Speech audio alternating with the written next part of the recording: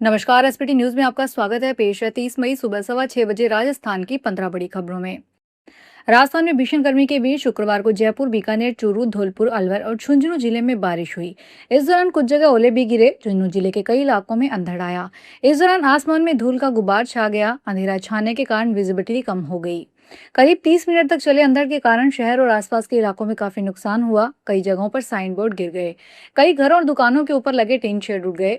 भीलवाड़ा में लोगों को गर्मी से राहत देने के लिए नगर निगम प्रशासन ने शहर की मुख्य सड़कों पर फायर ब्रिगेड की गाड़ियों से पानी का छिड़काव करवाया। मौसम विभाग ने उत्तर पूर्वी जिलों में अंधड़ चलने के साथ बारिश, ओलावृष्टि का ऑरेंज अलर्ट जारी किया है। यह सिस्टम 1 जून तक एक्टिव रहेगा। राजस्थान की जोजरी लूनी नदी में लगातार हो रहे प्रदूषण को लेकर सुप्रीम कोर्ट ने सख्त नाराजगी जाहिर की है। जस्टिस विक्रम नाथ और जस्टिस संदीप मेहता की पीठ ने जोजरी नदी में 4 किलोमीटर लंबी भूमिगत पाइपलाइन से उद्योगों का प्रदूषित पानी छोड़ने के मामले में सरकार से पूछा है कि यह सब कौन होने दे रहा है। क्या हम मामले में सीबीआई जांच के आदेश दें। दरअसल इन नदियों में बढ़ते प्रदूषण के स्तर को देखते हुए सुप्रीम कोर्ट की निगरानी में नियुक्त समिति को जोधपुर के पास 4 किलोमीटर लंबी भूमिगत पाइपलाइन मिली थी। इस पाइपलाइन से जोजरी नदी में गंदा पानी डाला जा रहा था। सुप्रीम कोर्ट ने कहा कि इतनी बड़ी भूमिगत डिस्चार्ज प्रणाली बिना एजेंसियों की जानकारी के कैसे संचालित होती रही। बेंच ने कहा कि लगातार निगरानी के बावजूद ऐसा कैसे हो गया, स्थानीय अधिकारी क्या कर रहे थे। सुप्रीम कोर्ट ने शुक्रवार को नीट यूजी पेपर लीक मामले में कहा कि जवाबदेही तय होने तक ऐसी घटनाएं रुकने वाली नहीं। कोर्ट में मौजूद नेशनल टेस्टिंग एजेंसी से सवाल किया गया कि यूपीएससी तो आपसे बड़े पैमाने पर परीक्षा करवाता है, वहां कभी पेपर लीक नहीं हुआ। एनटीए को उनसे सीखने की जरूरत है। सरकार की ओर से सॉलिसिटर जनरल तुषार मेहता ने बताया कि प्रधानमंत्री नरेंद्र मोदी खुद नीट पेपर लीक की जांच पर नजर रख रहे हैं ताकि कोई चूक न हो। केस की सुनवाई कर रहे जस्टिस नरसिम्हा ने शिक्षा मंत्रालय से नीट यूजी परीक्षाओं की जांच प्रक्रियाओं का ब्यौरा मांगा। सॉलिसिटर जनरल ने बताया कि पेपर लीक के बाद बड़े लेवल पर सुधार किए गए हैं। उदयपुर भूमि विकास बैंक के चुनाव को लेकर बड़ा हंगामा हुआ। अध्यक्ष और उपाध्यक्ष के चुनाव होने के बाद जैसे ही परिणाम घोषित करने का वक्त आया, तब बैंक के चैनल गेट के बाहर भाजपाई और पुलिस आमने सामने हो गए। दोपहर 3:15 बजे जैसे ही चुनाव अधिकारी ने कांग्रेस समर्थित मथुरेश नागदा को अध्यक्ष और करण सिंह को निर्विरोध उपाध्यक्ष निर्वाचित किया, तो कांग्रेस समर्थकों ने जमकर नारेबाजी की और बाहर आतिशबाजी की। नागदा तीसरी बार बैंक के अध्यक्ष बने हैं। इससे पहले पुलिस बल ने बैंक को घेर लिया और चैनल गेट बंद कर दिया। आरपीएससी ने आईएएस 2024 एग्जाम के रिजल्ट का एनालिसिस जारी किया है। 1096 पदों के लिए आयोजित हुई इस भर्ती में इंटरव्यू तक 2397 अभ्यर्थी पहुंचे थे। खास बात यह रही कि प्री मेंस क्लियर कर इंटरव्यू तक पहुंचने वालों में सबसे ज्यादा जयपुर के 247 छात्र थे। जोधपुर दूसरे और बाड़मेर तीसरे नंबर पर रहा। इंटरव्यू में आधे से ज्यादा छात्र ग्रामीणों क्षेत्रों के थे। 2397 में से 1343 अभ्यर्थी ने सरकारी व निजी क्षेत्रों में जॉब करते हुए इंटरव्यू तक पहुंचे थे। राजस्थान लोक सेवा आयोग की ओर से आयोजित होने वाली स्कूल लेक्चरर भर्ती परीक्षा को लेकर बीकानेर में तैयारियां पूरी कर ली गई है। शहर में इस परीक्षा के लिए कुल 64 परीक्षा केंद्र बनाए गए हैं, जहां करीब 20,700 अभ्यर्थी परीक्षा देंगे। परीक्षा का आयोजन 31 मई से 5 जून तक लगातार किया जाएगा। पहले दिन सभी विषयों के अभ्यर्थियों के लिए जनरल अवेयरनेस का पेपर होगा, जिसके चलते पहले दिन सबसे अधिक संख्या में परीक्षार्थी परीक्षा केंद्रों पर पहुंचेंगे। इसके बाद विषयवार परीक्षाओं में अभ्यर्थियों की संख्या अलग अलग रहेगी। हरियाणा के फतेहाबाद में पकड़े गए हनी ट्रैप गैंग की असली मास्टरमाइंड सुमन सिवाच निकली है। पहले पुलिस ने रितु सिवाच को पकड़ा था। सुमन उसकी बड़ी बहन है। दोनों बहनें इंस्टाग्राम पर खूब एक्टिव रही है। पुलिस का दावा है कि सुमन अश्लील रील्स पोस्ट करके शिकार फंसाती थी। पुलिस की प्रारंभिक जांच में सामने आया कि सुमन के इंस्टा पर 46,800 फॉलोवर्स हैं। वह मार्च 2025 से अब तक 917 पोस्ट डाल चुकी है। ज्यादातर वीडियो में वह अंग प्रदर्शन करती नजर आती है। आधे से ज्यादा वीडियोज में वो अकेली दिखती है, जबकि कुछ में बहन रितु और अन्य महिलाएं हैं। फतेहाबाद के केस दर्ज होने के बाद सुमन अंडरग्राउंड हो गई थी। वह अपने 4 बच्चों को साथ लेकर भिवानी में किराए के मकान में रहने लगी। राजस्थान के मुख्य सचिव वी श्रीनिवास ने शुक्रवार को पचपदरा रिफाइनरी में क्रूड डिस्टिलेशन यूनिट को ठीक करने के कार्यों और रिफाइनरी परियोजना की प्रगति की समीक्षा की। इस दौरान राज्य सरकार, एचपीसीएल राजस्थान, रिफाइनरी लिमिटेड और हिंदुस्तान पेट्रोलियम कॉर्पोरेशन लिमिटेड के अधिकारी मौजूद रहे।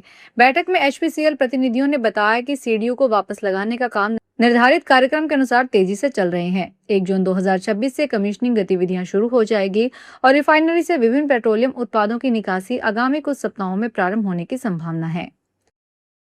राजस्थान माध्यमिक शिक्षा बोर्ड ने 10वीं और 12वीं की सप्लीमेंट्री परीक्षा 2026 का रिजल्ट जारी कर दिया है। दोनों कक्षाओं में छात्राओं ने छात्रों को पीछे छोड़ दिया। 10वीं क्लास का 64.69% परिणाम रहा, तो 12वीं क्लास का 71.75% रिजल्ट रहा।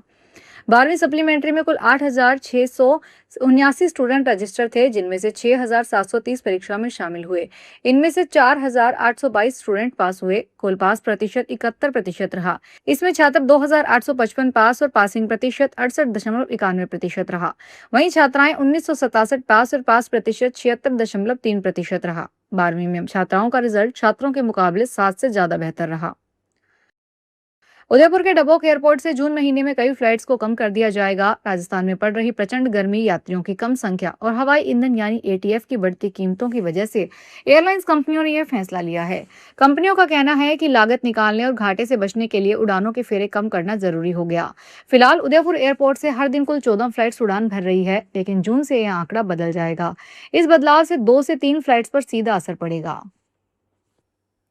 कोटा में प्रधानमंत्री नरेंद्र मोदी के ईंधन बचत संदेश को प्रशासनिक स्तर पर अमल में लाते हुए जिला प्रशासन ने अनोखी पहल की है।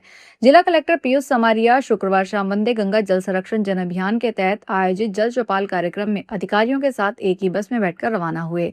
यह कार्यक्रम ग्राम पंचायत मवासा पंचायत समिति लाडपुरा में आयोजित किया गया। जिला कलेक्टर सहित प्रशासनिक अधिकारियों का दल कलेक्ट्रेट से 17 सीटर बस में एक साथ रवाना हुआ। इस दौरान जिला परिषद सीईओ कमल कुमार मीना, लाडपुरा एसडीएम गजेंद्र सिंह समेत विभिन्न विभागों के अधिकारी मौजूद रहे।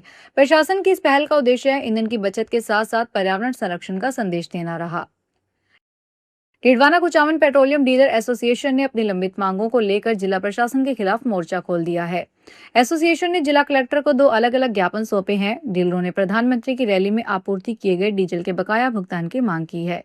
साथ ही खुले कंटेनर में डीजल बिक्री पर लगी रोक का अनुरोध करते हुए 1 जून से सामूहिक हड़ताल की चेतावनी दी है। एसोसिएशन द्वारा सौंपे गए पहले ज्ञापन में बताया गया है कि 28 फरवरी 2026 को अजमेर में आयोजित प्रधानमंत्री की रैली के दौरान तत्कालीन जिला कलेक्टर के निर्देश पर डीजल उपलब्ध करवाया गया था। यह आपूर्ति जिला रसद अधिकारी और आरटीओ विभाग के कहने पर जिले के पेट्रोल पंप संचालकों ने की थी। केंद्रीय माध्यमिक शिक्षा बोर्ड ने कक्षा 12वीं के छात्रों के लिए री इवेल्युएशन और मार्क्स वेरिफिकेशन प्रक्रिया की तारीख आगे बढ़ा दी है।